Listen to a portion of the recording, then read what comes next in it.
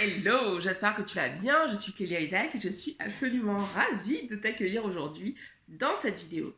Alors aujourd'hui je te retrouve avec cette vidéo dans la famille. On est comme ça? Ouais. Ok, alors qui suis-je déjà et voilà, d'où je sors, pourquoi je fais toutes ces vidéos. Donc je suis Clélia Isaac, j'accompagne les femmes entrepreneurs. Je les accompagne comment? Je les accompagne vraiment en travaillant sur leur confiance en elles-mêmes. Parce que pour moi, la confiance en soi, c'est vraiment le vecteur, le véhicule en fait pour vraiment obtenir tout ce que l'on désire dans notre vie. Quand on a confiance en soi, on prend sa place, on ose être nous-mêmes, on ose être vrai avec soi-même, avec les autres. Et puis surtout, on fait les choses de façon juste pour notre plus grand bien et puis pour le plus grand bien de tous. Et donc, c'est vraiment mon propos, c'est vraiment ma mission de vie d'accompagner les femmes, d'accompagner de façon privilégiée les femmes noires à développer leur confiance en elles parce que pour ma part, le manque de confiance en moi-même, ça a vraiment été un frein pendant très longtemps parce qu'en fait, je rasais les murs.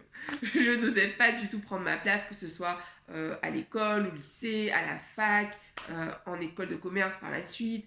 Quand j'ai eu mes premiers postes, vraiment j'étais hyper effacée. On ne savait pas que j'étais dans la pièce, hein, concrètement. Et du coup, c'est vrai que à partir du moment où j'ai commencé à développer ma confiance en moi, à partir du moment où j'ai commencé à travailler sur ça, en fait, bah, c'est hallucinant à quel point ma vie a changé. Et c'est vraiment ce que je te propose aujourd'hui, vraiment de commencer dès maintenant à travailler sur ta confiance en toi. J'ai d'ailleurs développé un guide des 10 mantras qui est disponible pour toi en description. Et l'idée vraiment, c'est voilà, que tu t'y mettes dès maintenant, que tu travailles sur ta confiance en toi parce que je peux t'assurer que quand tu auras commencé cela, en fait, tu vas vraiment voir ta vie se transformer sous tes yeux. Tu vas te dire, qu'est-ce que j'ai attendu? Pourquoi j'ai attendu aussi longtemps? Ok. Donc, du coup, dans le sujet d'aujourd'hui, que j'ai oublié. Ok, dans la famille, nous sommes comme ça. Je te parle de ça en fait parce que moi, j'étais persuadée pendant très longtemps, voilà, qu'on avait des traits de caractère, qu'on avait des caractéristiques physiques, qu'il y avait des maladies dans les familles, que c'était comme ça et que concrètement, on n'y pouvait rien.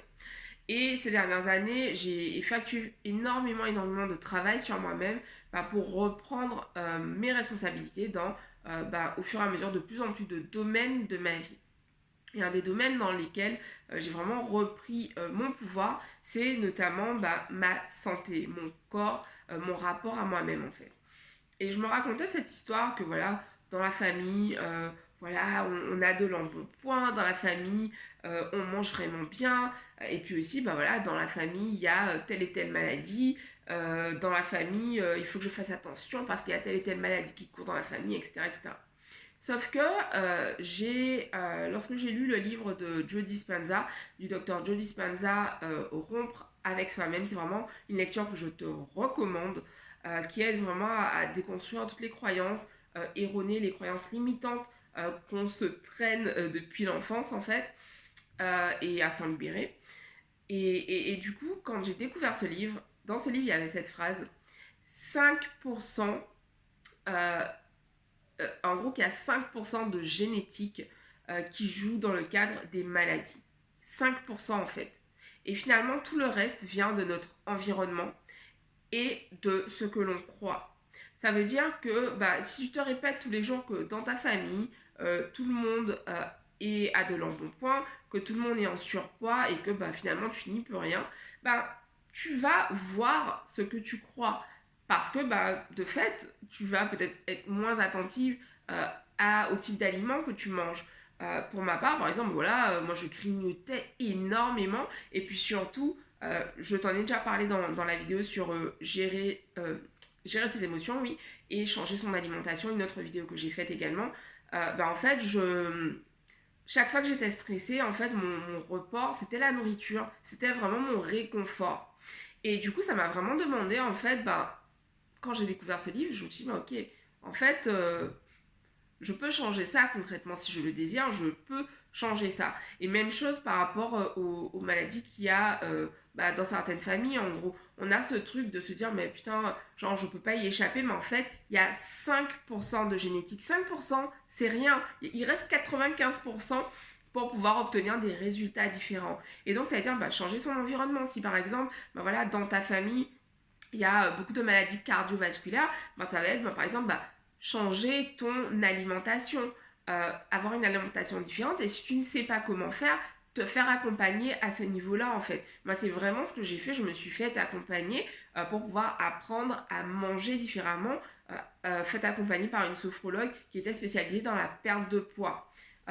Durable en fait. Et du coup, ça m'a vraiment permis de développer des habitudes différentes, ça m'a vraiment permis ensuite de changer finalement mon mode d'alimentation, mon rapport à la nourriture en fait. Et donc du coup, ça me rend beaucoup plus confiante aujourd'hui et j'ai cette croyance aujourd'hui que je suis à tout moment en excellente santé et que peu importe le type de maladie qu'il peut y avoir dans ma famille, je n'ai pas, voilà, je suis en excellente santé moi, c'est ok. Et du coup, l'idée, ça va être toujours de te dire, mais qu'est-ce que tu crois en fait?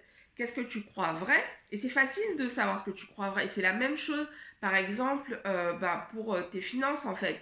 Si aujourd'hui, par exemple, peut-être que tu viens d'une famille dans laquelle il n'y a pas de personnes qui ont été diplômées. Et donc, voilà, dans ta famille, peut-être qu'on dit, nous, on est tous boulangers ou on est tous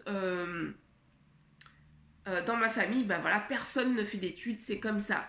Mais en fait, ce n'est absolument pas une fatalité. Toi, tu peux décider voilà, de changer les choses. Ça va être inconfortable, mais tu peux choisir de faire différemment en fait.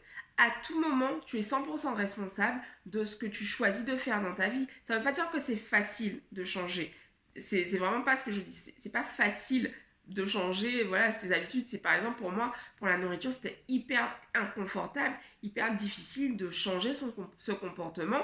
Et j'ai absolument pas fait ça en un claquement de doigts. Mais c'était vraiment quelque chose que je voulais transformer. Je voulais changer mon rapport à la nourriture parce que je sentais que ça me desservait et puis surtout parce que je voulais reprendre mon pouvoir à ce niveau-là de ma vie. Et quand on est dans cette démarche de développement personnel, quand on est dans cette démarche de vraiment créer la vie que l'on désire, c'est vraiment important de se poser, de se demander, ok, comment, de quelle façon je ne prends pas mon pouvoir dans cet aspect de ma vie qui me dérange en fait. Comment je peux faire les choses différemment. Et si tu ne sais pas, encore une fois, demande de l'aide. C'est vraiment ce que j'avais envie de te partager aujourd'hui. Je t'embrasse et je te dis rendez-vous demain pour une nouvelle vidéo. Bisous à tous, ciao.